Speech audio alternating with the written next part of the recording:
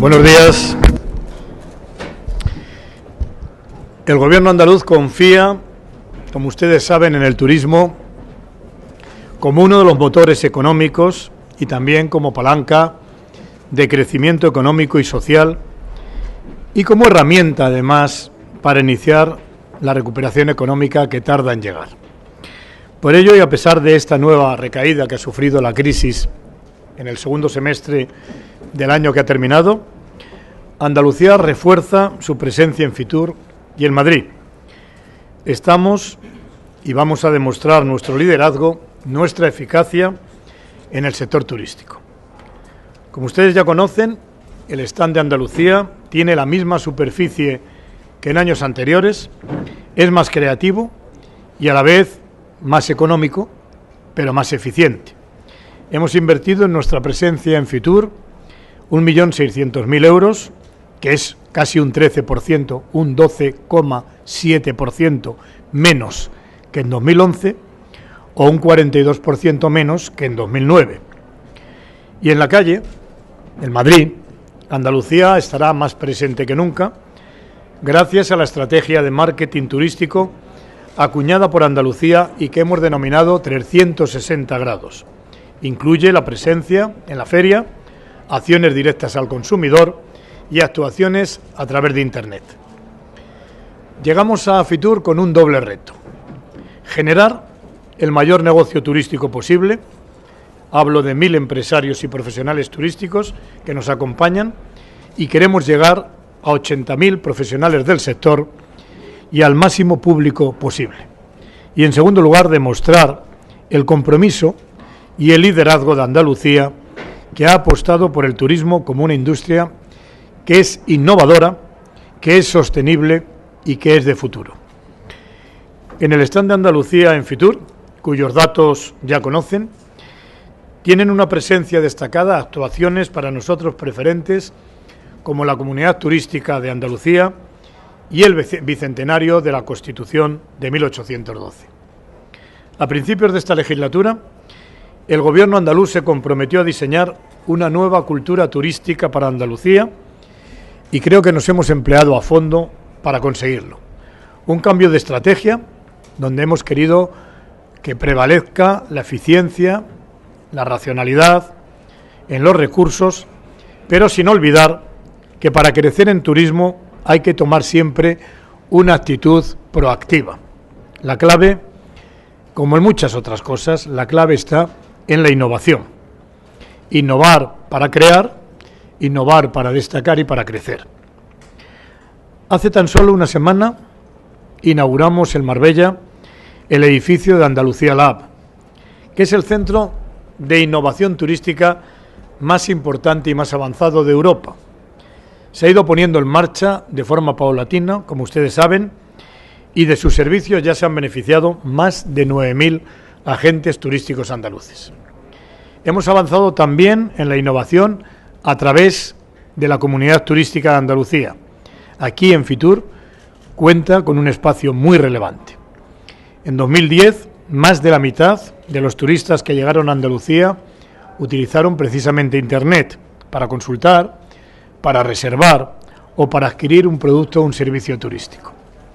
La Comunidad Turística de Andalucía nos permitirá ser líderes creando tendencia en la red y acercando el comercio electrónico a todas las empresas andaluzas, independientemente de cuál sea su tamaño.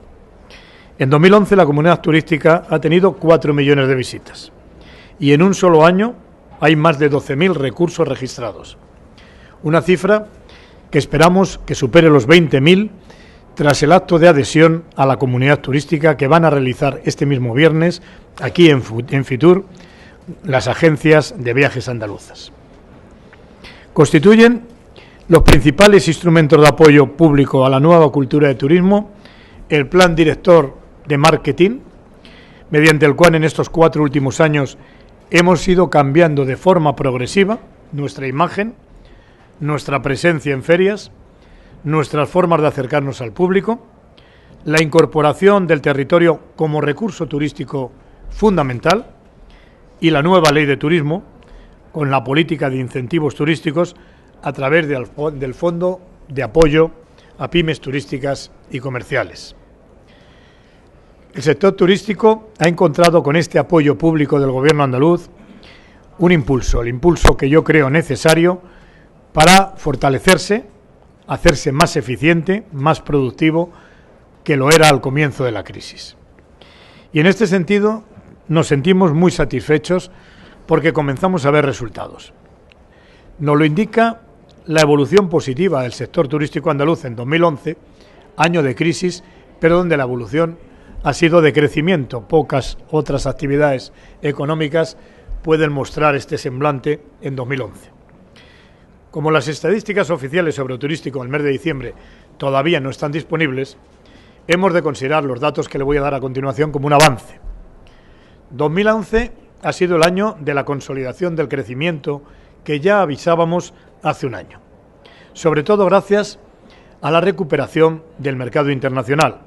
El mercado nacional ha permanecido más estable debido a la contención del consumo turístico que ha afectado a casi todas las comunidades autónomas. Atendiendo a los movimientos hoteleros, las pernoctaciones han aumentado en un 2,9% en Andalucía en el último año, hasta superar los 42.100.000 estancias. Las pernoctaciones del mercado internacional han aumentado el 12,6%, mientras que el mercado nacional ha retrocedido aproximadamente en un 4%. Casi la mitad de las pernoctaciones hoteleras que se han producido en 2011 son de extranjeros, de manera que el peso relativo de estos mercados ha crecido 4 puntos porcentuales en el último año. Estos datos ponen de manifiesto que durante 2011 Andalucía se ha consolidado entre las 4 comunidades que son líderes en turismo extranjero, junto con Baleares, Canarias y Cataluña, ganando peso relativo respecto a Cataluña, que la precede, y Madrid, que la sigue en quinto lugar.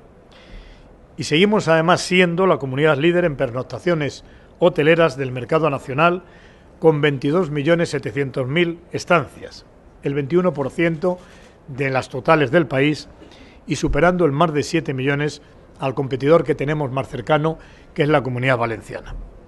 En cuanto a la estimación del número de turistas, Andalucía ha acogido en 2011 un total de 21.800.000 turistas, que es un 2,3% más que en el año anterior. Le hablo más o menos de 500.000 de personas.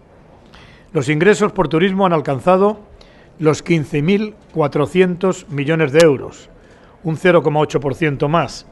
En este incremento ha influido tanto el aumento del número de turistas como la estabilidad en el gasto medio de 60,4 euros y de la estancia media, que ha sido de 9 días.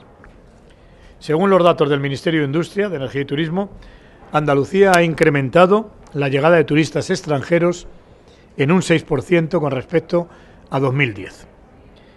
Nuestra comunidad debe estos buenos datos principalmente a la recuperación del mercado británico, que es nuestro principal emisor de turistas y que en 2011 ha crecido entre enero y noviembre un 8,1%. También obedece a la política de marketing turístico de Andalucía, que ha apostado, como ustedes saben, por la diversificación de mercados emisores y que ha permitido que los que han sido secundarios o emergentes hasta el momento hayan podido crecer hasta en 2 dígitos. Según los datos de AENA, la llegada de pasajeros a los aeropuertos andaluces creció un 7% en 2011. Las compañías de bajo coste crecieron un 11,4%, mientras las tradicionales bajaron un 2,6%. Destacan el comportamiento de los aeropuertos de Sevilla, con un crecimiento del 17,2%, y del de Málaga, que creció en pasajeros un 6,2%. Es preciso destacar que el turismo sigue creando empleo, aun en tiempos de crisis. Los afiliados en alta laboral de los sectores de hostelería y las agencias de viaje han crecido un 1,5% entre enero y noviembre de 2011, por encima de la media nacional, que está en el 1,1%, pero en todo caso vean ustedes que simplemente el crecimiento del empleo en el sector turístico es una buena noticia en toda España y señaladamente en Andalucía. En línea con la evolución del total de ocupados en la industria turística para los 3 primeros trimestres del año 2011, que se sitúa en un crecimiento medio del 1,6%. En definitiva, y con estos datos que disponemos en estos momentos, podemos afirmar que 2011, en el contexto de la crisis que estamos viviendo, es un año turístico bueno para Andalucía, con el que nos sentimos satisfechos, aún sin conformarnos. Hemos recibido un 2,3% más de turistas, han crecido los ingresos turísticos, aunque sea en un modesto 0,8%, ha sido visitada por un 6% más de turistas extranjeros, ha aumentado el 2,9% las pernoctaciones hoteleras, ha creado un empleo subiendo la población ocupada en el 1,5%, ha recuperado mercados tradicionales como el mercado británico y yo creo que además también hemos despertado el interés creciente de nuevos emisores. ¿Qué previsiones para 2012? Pues yo creo que con lo que les acabo de decir puedo ser optimista y reafirmarme en el impulso que desde lo público, desde el Gobierno andaluz, se está dando al sector turístico de la comunidad. La previsión es que en 2012 visiten Andalucía un 2% más de turistas, con continuidad al alza del turismo extranjero, que puede seguir creciendo entre el 3 y el 5%, y con el estancamiento del mercado nacional, aún retraído por consecuencia de la crisis. Hay mucho por hacer y lo sabemos. Nuestros principales retos para el 2012 van a ser continuar la apuesta por el mercado internacional, despertar el consumo turístico nacional hacia Andalucía, por eso esta apuesta tan fuerte de Fitur, y actuar sobre la estacionalidad turística. También sobre segmentos experienciales que son emergentes y que tienen posibilidades de crecimiento. Con los buenos resultados de 2011 y las esperanzadoras previsiones de 2012, desde la Junta de Andalucía vamos a seguir trabajando, sobre todo para avanzar en lo que yo creo que es más importante en este y en cualquier otro sector: la innovación, la excelencia, la sostenibilidad, la creación de productos turísticos novedosos y de primera calidad y el entendimiento permanente con los potenciales consumidores. Muchas gracias.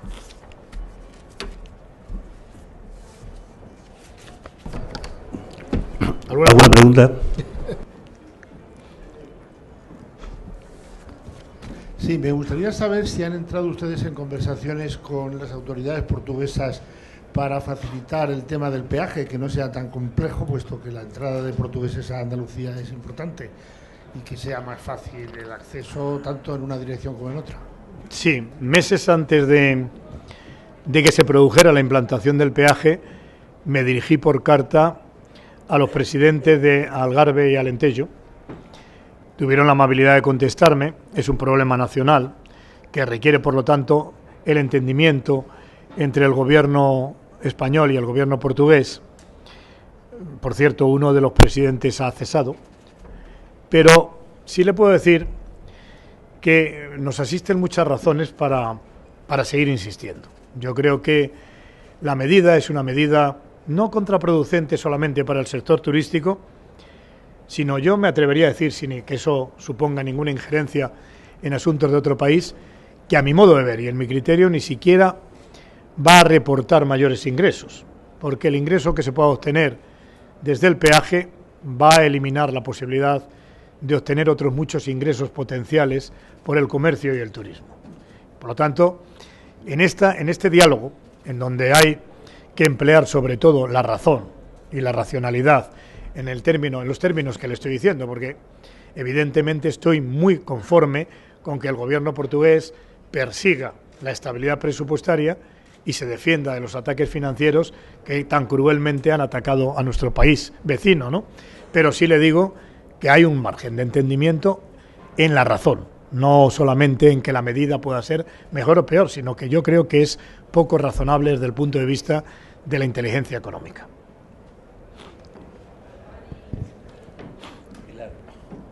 Hablaba de insistir en el mercado internacional. ¿En qué países se va a priorizar las actuaciones o en qué puntos se van a... Sí, ahora se lo explicará el consejero, pero mire, yo sí quiero decirle que nosotros tenemos un entendimiento histórico muy importante con el mundo británico. Es decir, el turista inglés es el turista que más frecuenta Andalucía, desde la estabilidad o desde simplemente el contacto temporal.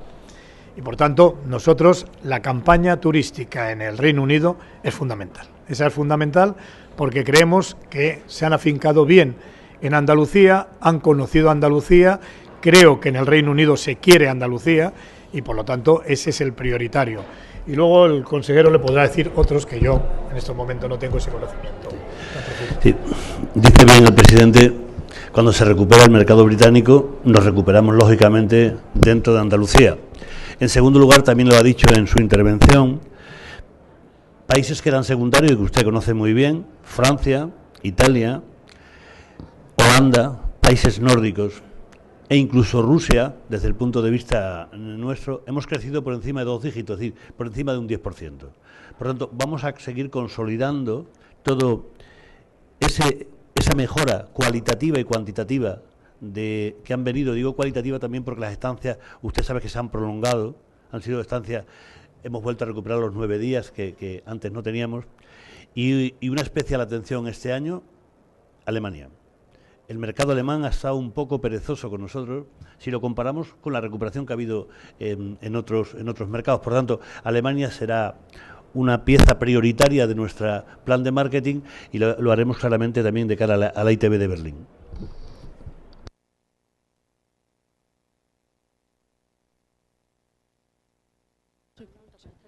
Vale.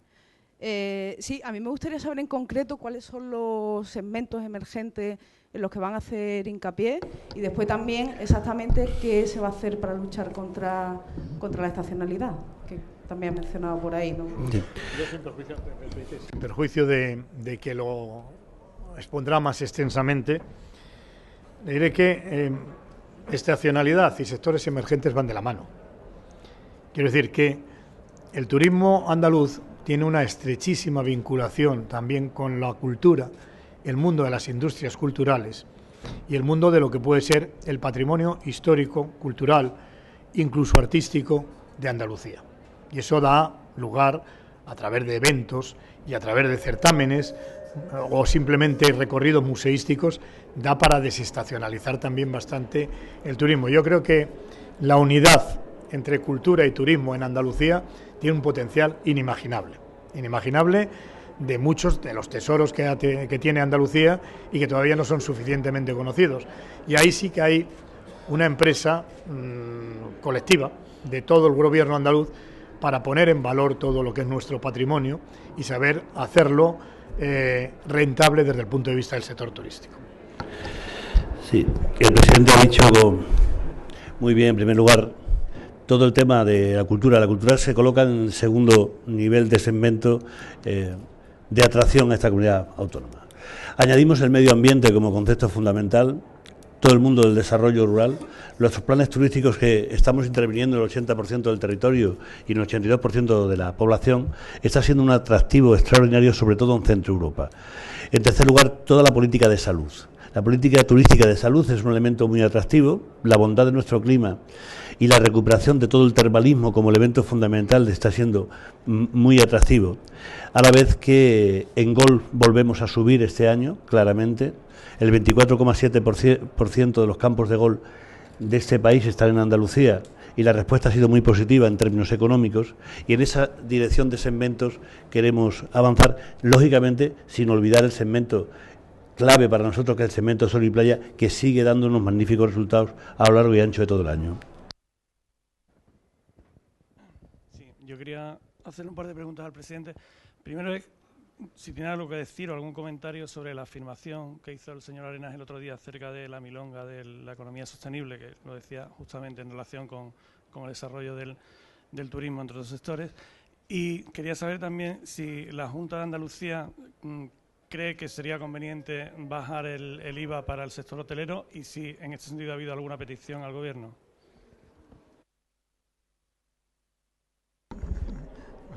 me refiero a lo del señor Arenas, ¿viste lo que dijo? Mire, sostenible es lo contrario de insostenible. Y si yo tengo que elegir entre sostenible e insostenible, le aseguro que elijo sostenible. Primer punto. Segundo, para hablar de sostenibilidad hay que saber lo que queremos decir. Por ejemplo, un turismo desordenado que sea capaz de arruinar nuestros recursos naturales, perjudicar nuestros recursos culturales, malversar lo que es el futuro, eso es un desarrollo que no tiene futuro. Eso yo diría que es crecimiento más que desarrollo. Podrá en un momento determinado a lo mejor hacer que pueda, no sé, crecer la economía un año, pero eso producirá un caos en el futuro. Todo lo sostenible es lo que debe acompañar al crecimiento económico. En el turismo, ustedes lo saben perfectamente que es así. Pero además, si se refería al mercado de las viviendas, le diré que hay miles de viviendas sin vender. Miles de viviendas sin vender. Por lo tanto, no sé qué es lo que ha querido decir. Primero vamos a hacer un esfuerzo para acomodar los precios de la vivienda a los precios que reclama el mercado y vender las viviendas que ya están construidas. Y luego ya veremos, en definitiva, qué es lo que se puede hacer para ese desarrollo insostenible que predica el señor Arenas. El IVA no sé si tú lo has pedido. ¿Has pedido lo del IVA? No. Vamos a ver. Pero vamos, de todos modos no estamos ahora mismo, se lo digo sinceramente, en este momento no estamos ahora mismo para reducir impuestos, como ha visto usted que ha hecho el Gobierno de España, que lo que ha hecho ha sido subirlos, ¿no? Permíteme, presidente.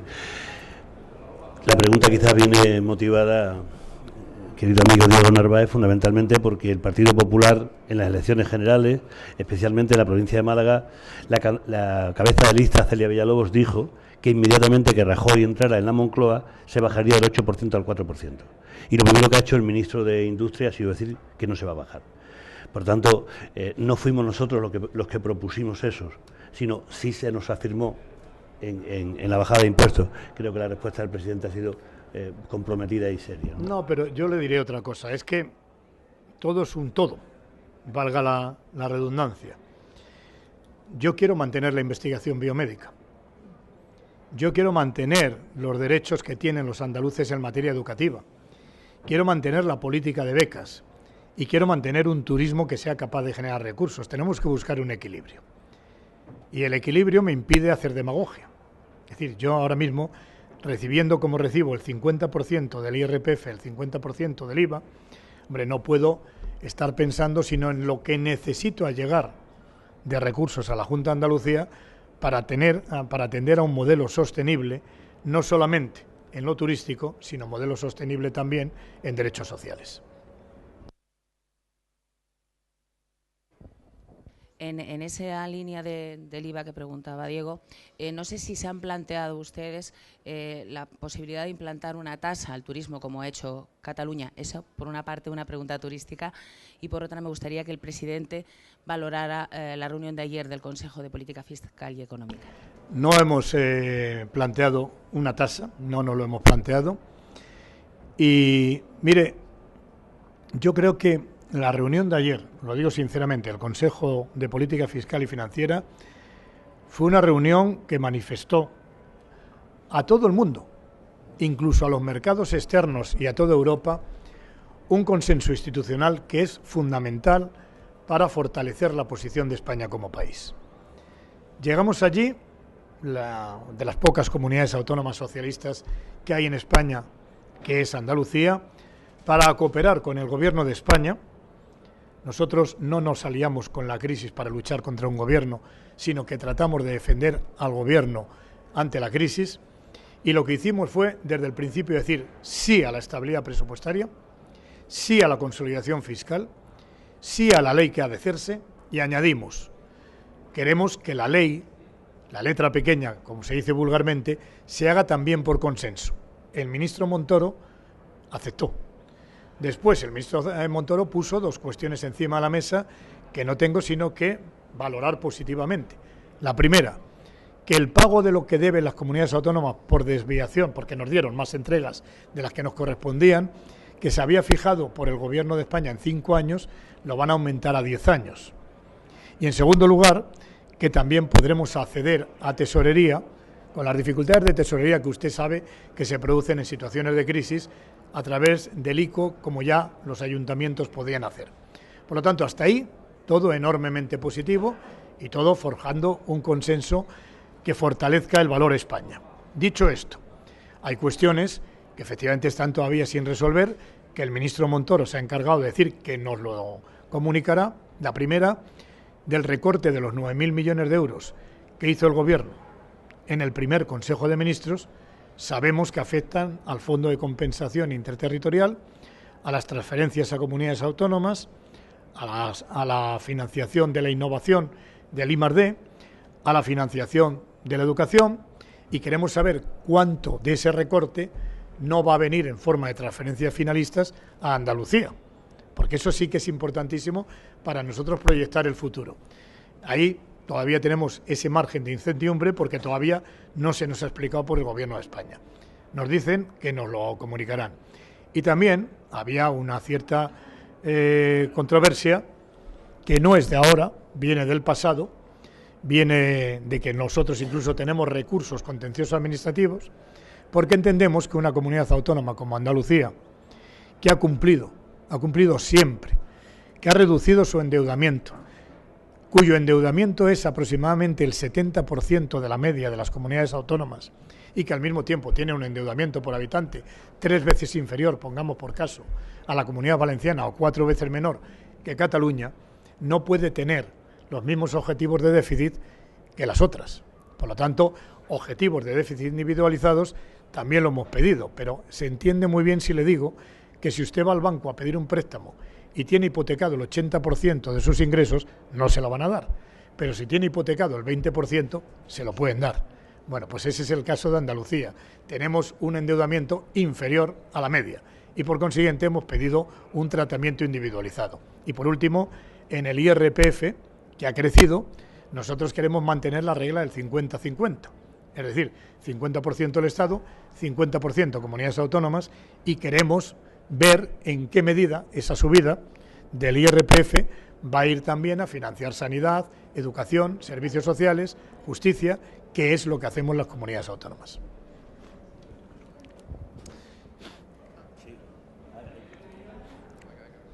Buenos días. Cada provincia de Andalucía tiene una serie de problemas en materia de turismo. A Huelva y a algunas otras les afecta en concreto el de la estacionalidad. Este año tenemos en torno al 80% de hoteles que cierran en invierno. ¿Ese problema cómo se pretende afrontar? ¿Qué soluciones se manejan? Bueno, el tema de la ruptura de la estacionalidad, si fuera tan fácil, ya lo hubiéramos arreglado en todo el mundo, ¿no? Los 12 meses abiertos llenos de turistas. Hemos hecho un esfuerzo, creo que sin precedentes, uno con un turismo senior.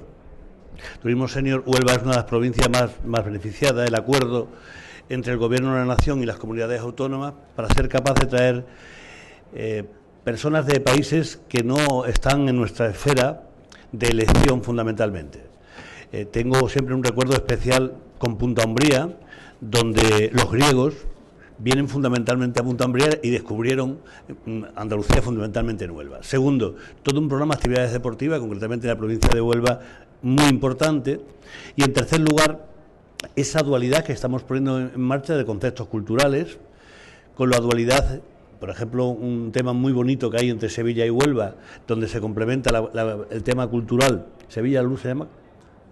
Multiplica la luz, que usted conoce muy bien, consistente en que hay una oferta de varios días, donde se ve Sevilla como proyecto cultural y se disfruta del mar en Huelva. Seguiremos luchando por la ruptura de la estacionalidad, pero en época de crisis eso no es relativamente fácil.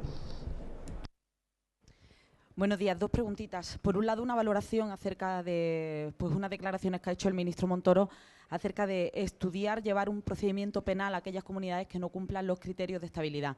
Y por otro lado, por unas revelaciones que aparecen hoy en prensa y que apuntan a que la Junta de Andalucía podría tener conocimiento del destino que se le daba al Fondo del OERE en el 2008.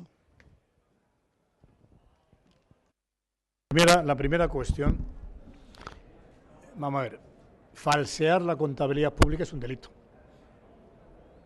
Por lo tanto, cualquier falseamiento de la contabilidad pública es una infracción penal. Por lo tanto, ahí no hay nada nuevo en lo que ha añadido. Otra cosa distinta es que, por ejemplo, el gestor sanitario sabe que tiene que gestionar cuántos problemas de salud pueda recibir en un año. Y es verdad que ahí las limitaciones presupuestarias juegan de una manera distinta a alguien que tiene un presupuesto tasado. Por lo tanto, no juega en este caso. Es decir, si usted ha previsto 32.725 operaciones menores de cirugía menor ambulatoria y hay 45.000, no va a dejar de hacerlas. Luego habrá que pedir ampliaciones de crédito. Lo que no puede es dejar de contabilizarlo. Eso es lo que yo creo que dice el ministro Montoro, y lo dice con razón, lo dice razonablemente bien. El problema es que a lo mejor no se ha entendido lo que ha querido decir. Es decir, no vas a coger al responsable de la gestión sanitaria por no atender a una persona. Oiga, es que no hay... Mire usted, eso no se puede hacer. Ahora, no contabilizarlo sí es un delito, o falsificar la contabilidad. Y efectivamente, desde que nosotros tenemos conocimiento de los ERES, de eso lo llevamos a la justicia, desde el primer momento.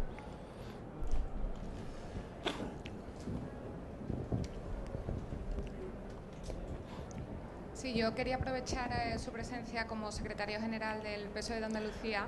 Qué raro. Sí, y le quería preguntar simplemente si confía, si finalmente puede haber una lista de integración en el PSOE de Sevilla para la designación de delegados.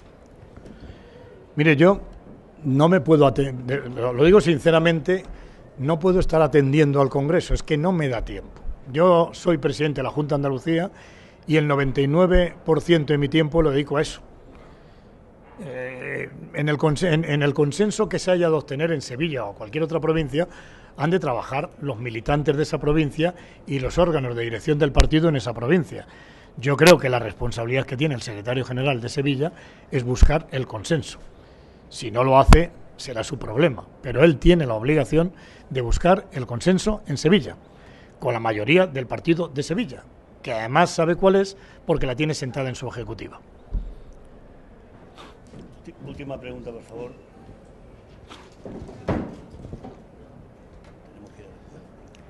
Señor Griñán, cuando entrábamos al recinto hemos visto unas imágenes preciosas de la nieve granadina, del Palacio de Carlos V, pero Granada es bastante más que Sierra Nevada y la Alhambra. ¿Considera usted que las obras del Metropolitano, que llevan paralizadas varios meses, están lastrando al turismo granadino? ¿Y no, qué espera hacer si sale reelegido el 25 de marzo al respecto? Mire, si no se ha firmado ya, estará a punto de firmarse el convenio con el BEI para la financiación de lo que queda del metro. Es decirle, para su conocimiento también, que ninguna ciudad de la dimensión poblacional de Granada tiene metro, y que lo está financiando enteramente la Junta de Andalucía, sin ninguna financiación estatal. Esas dos cosas se tienen que saber, porque hay ciudades con más población que Granada que no tiene el metro y que no está siendo financiada por su comunidad autónoma. Esta está siendo financiada. Había un problema de financiación de un tramo que ha sido obtenido mediante la firma de la Junta de Andalucía y el Gobierno andaluz con el Banco Europeo de Inversiones. Y gracias a la gestión de Magdalena Álvarez se ha firmado y se terminarán las obras en el menor plazo posible.